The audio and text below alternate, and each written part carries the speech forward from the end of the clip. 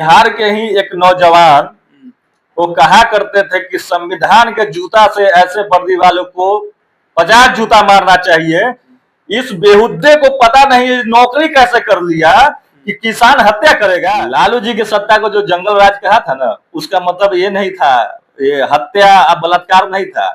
उसका जंगल राज का मीनिंग दूसरा था कि जंगल के लोग ब्लॉक पे या थाने पे आ गए। जब सारा स्कूल बंद हो जाएगा तो प्राइवेट स्कूल का फीस बढ़ा करके रुपया कमा। हमारे समाज के लोग जब पढ़ेंगे लिखेंगे नहीं तो वो किस काम के रहेंगे सिवाय मजदूर के।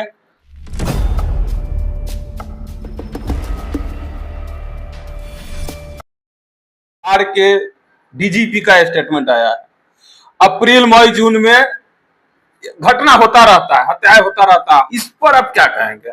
इस पे तो हमको याद आ गया कि एक बिहार के ही डीजीपी का स्टेटमेंट, बिहार के ही एक नौजवान वो कहा करते थे कि संविधान के जूता से ऐसे वर्दी वालों को 50 जूता मारना चाहिए।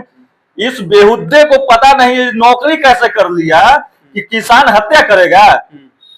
किसान को अगर हत्या करना होता तो वो धूप में खेत में जाता, इस बारिश में वो खेत में जाता, उस पानी में, वो ठंडी में पानी में जाता वो किसान, अगर उसको हत्या करना होता तो। इस बेहुद्दे को समझ में नहीं आता है कि क्या बोलना है। सारा का सारा रुपया लेकर के संगठन ये संचालित करता है, डीजीपी करता है। डीजीपी चलेगा तो हत्या हो जाएगा, एक हत्या हो जाएगा, दो हो सकता है, संजोग बस हो सकता है, लगातार हत्या होगा डीजीपी चाहेगा तो। ये सारा संगठित अपराध हो रहा है हमारे बिहार में। ऐसा नहीं है कि कोई अनोन घटनाएं घट गई है, ये लोगों की मिली भगत है और ये लोगों के जानकारी में ही सारी घटनाएं घट रही है। मैं जानता हूं, एक आम आदमी के हैसियत से मैं जानता हूं कि पुलिस को किसी भी केस को उद्भेदन करने के लिए 24 से 72 घंटा काफी है।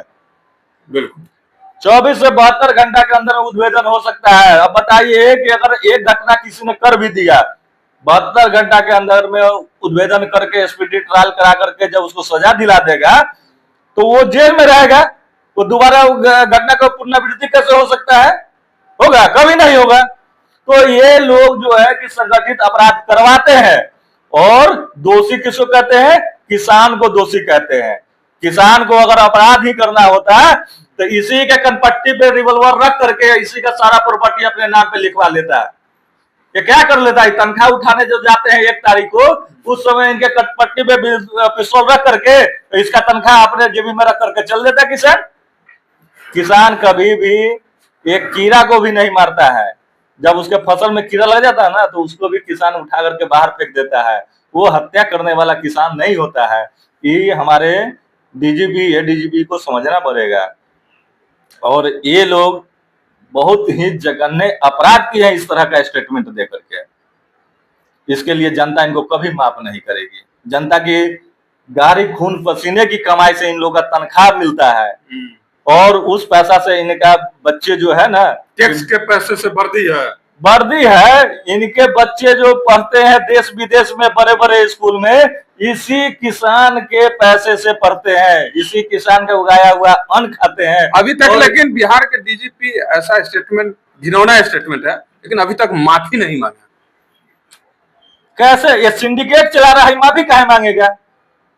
माफी तब ना मांगता कि जब इससे भूल बस हो जाता है। अच्छा। संगठित अपराध कर रहा है ये काहे माफी मांगेगा? इसको पता है, जिसको मन में आएगा जो निर्दोष को जेल में भेज देना है, ये लोगों का काम है। अभी चले जाइए, आप जेल का सर्वे करके चले आइए। इन्हीं के आयोग के एक सदस्य हैं, अभी जेल का दौरा किए हैं, वहां बहुत सारे बेगुनाह पड़े हुए हैं, बहुत सारे बेगुनाह पड़े हुए हैं। आज कुछ बोलिए आपके कमर में जो है कि एगो कट्टा, एगो जो दारू ये लोग बेचवाते हैं, वो दारू का एगो बोतल आपके साथ सता देंगे, आपको जेल भेज देंगे। ये लोग के लिए कौन सी बड़ी बात है? मामूली बात है। इनके खिलाफ बोलिए नहीं आप, ये चाहते हैं ये लोग। घटना पे तो घटना बिहार में हो ही रहा है। अभी पारस हॉस्पिटल में भी हुआ है, एक बड़ा घटना हुआ है। इतने पॉश इलाका पारस हॉस्पिटल के गेट के सामने से मुझे नहीं लगता है कि आप सुबह से लेकर के रात के 10 बजे तक सीधा निकल जाइएगा बिना ब्रेक मारे। वहां पे गाड़ियां रेंगती रहती है। वो इतने पॉश इलाके में 5-5 आदमी और जो कि हाथ में आर्म्स लेकर के जो है कि घुसता है आईसीयू में, आईसीयू में घुस करके और और मार भी देता है निकल और जाता फिर आर्म्स लेकर के ही निकल जाता है इतनी आसानी से। तो इसको क्या कहिएगा, संगठित अपराधी न कहिएगा। ये क्या है। दर्शाता क्या है? लग रहा है जंगल राज तू आ गया? देखिए, लालू जी की सत्ता को जो जंगल राज कहा था ना, उसका मतलब ये नहीं था, ये हत्या बलात्कार नहीं था। उसका जंगल राज का मीनिंग दूसरा था कि जंगल के लोग ब्लॉक पे या थाने पे आ गए, इसलिए उसको जंगल राज बोले थे। ये तो जो है कि करप्शन की तालिबानी कानून चला रहे हैं ये लोग तालिबानी कानून चला रहे हैं, और तालिबानी कानून चला करके ये लोग जो है कि इस तरह का कुकृत्य करने का काम कर रहे हैं। आपको अगर यही स्थिति रही तो जन आंदोलन होगा इस देश में। कौन करेगा? जनता करेगी। जब तक जनता बर्दाश्त कर लेती है, जनता के तो समर्थन सब हो रहा है ना। जनता भाई साहब, हमारे देश की जनता बहुत ही सहनशील जनता है। जब तक इसके जान पे नहीं बनाती है ना, तब तक कहता है जाने दो, गलती किया है जाने दो। लेकिन जब इसकी जान पे बनाती है ना, तो फिर यही जनता जो है कि फिर काटने से भी गुरेज नहीं करता है। जब हमको रहना ही नहीं है, मेरे बच्चे ही सुरक्षित नहीं होंगे, मेरी पत्नी सुरक्षित नहीं होगी, मेरी बेटी सुरक्षित नहीं होगी, हम अपना जान लेके क्या करेंगे? उसका चार्ज वो काट क्यों नहीं देंगे? आज देखिए स्थिति है, अभी कहीं मैं पढ़ रहा था कि 90,000 स्कूल हमारे देश में बंद कर दिया गया है। इस मुजफ्फरपुर जिला और राय प्रखंड में भी विद्यालय बंद कर दिया गया है। एक तरफ प्राइवेट स्कूल रोज का रोज खुल रहा है और दूसरी तरफ जो है कि विद्यालय को बंद किया जा रहा है। पढ़ाई नहीं हो रहा है तो विद्यालय क्यों नहीं पढ़ाई हो रहा है? क्यों नहीं पढ़ाई हो रहा है? आज जो हमारा शिक्षक है, पहले कुछ शिक्षक बहालिया में गड़बड़ियां हुई, कुछ अयोग्य शिक्षक भी बहाल हो गए, लेकिन सारे शिक्षक अयोग्य नहीं है। हो सकता है कि 2-4% शिक्षक अयोग्य होंगे, लेकिन मैक्सिमम शिक्षक योग्य है। अब चलिए किसी भी स्कूल में मैं दिखा देता हूं कि सारे शिक्षक अयोग्य नहीं है, लेकिन सरकार की नीति नहीं है। सरकार चाहेगी कि हम एक विद्यालय को चला ले, नहीं चलेगा विद्यालय। मैं एक छोटा सा सामाजिक कार्यकर्ता, मैं यहाँ एक कोचिंग चला रहा हूं, तो हमको क्यों कोचिंग चलाने की जरूरत पड़ गई? क्योंकि हमको लगा कि स्कूल में इसकी मुकम्मल पढ़ाई नहीं हो पा रही है, क्योंकि सरकारी सिलेबस ही अलग था। अब तो खैर सिलेबस एक हो गया है हमारे यहाँ, सिलेबस एक हो गया है हमारे यहाँ, तो अब तो पढ़ाई क्यों नहीं होगा? जो बुक सीबीएसई बोर्ड में पढ़ाई जाती है वही बुक हमारे बिहार विद्यालय बोर्ड में भी पढ़ाई होगी। तो क्यों नहीं हमारे अभिभावक बेचेंगे उस विद्यालय में? क्यों पैसा खर्चा करेंगे जब हमको मुफ्त में पढ़ाई मिल जाएगा? तो वो मजबूर करता है सरकार, जो दलाल लोग को, दलाल अफसर को बहाल कर रखा है, वो जनता को मजबूर करता है कि आप अपने बच्चों को न भेजे। वो क्या करेगा? इंफ्रास्ट्रक्चर नहीं देगा। वो क्या करेगा? शिक्षकों को बेतुका कामों में उलझा करके रख देगा। वहां पे क्या करेगा? शौचालय की व्यवस्था नहीं देगा, पानी की व्यवस्था नहीं देगा, समय पे बुक उपलब्ध नहीं कराएगा।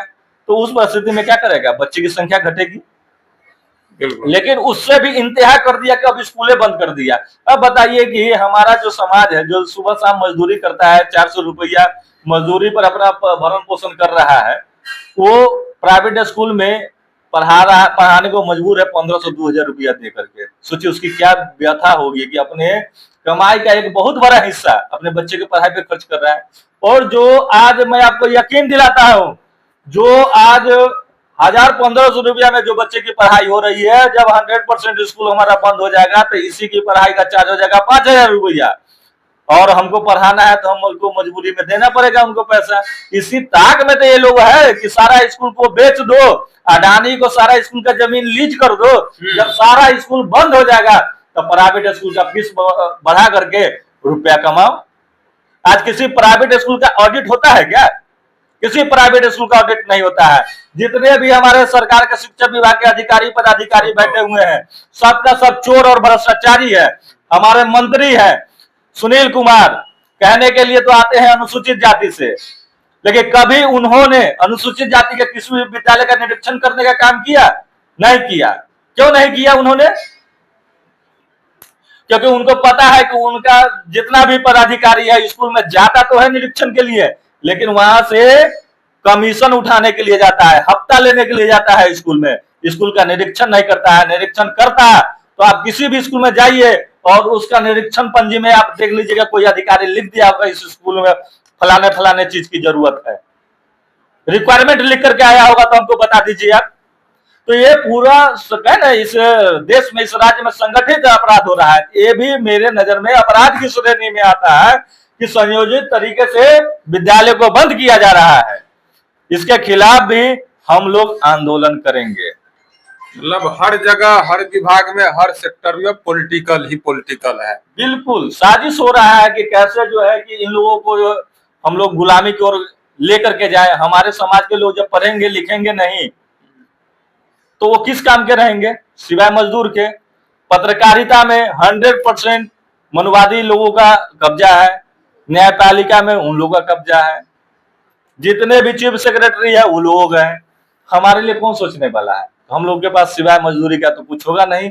सरकार में हमारे लोग भी जाते हैं तो सरकार में हमारे उन्हीं लोगों को शामिल किया जाता है जो मनुवादी लोगों का गुलाम हो, जो मुखर हो, जो समाज की बात करता हो। वैसे लोगों को सरकार में शामिल ही नहीं होने दिया जाता है। इसलिए हम लोग की व्यवस्था है कि हम लोग आंदोलन करेंगे।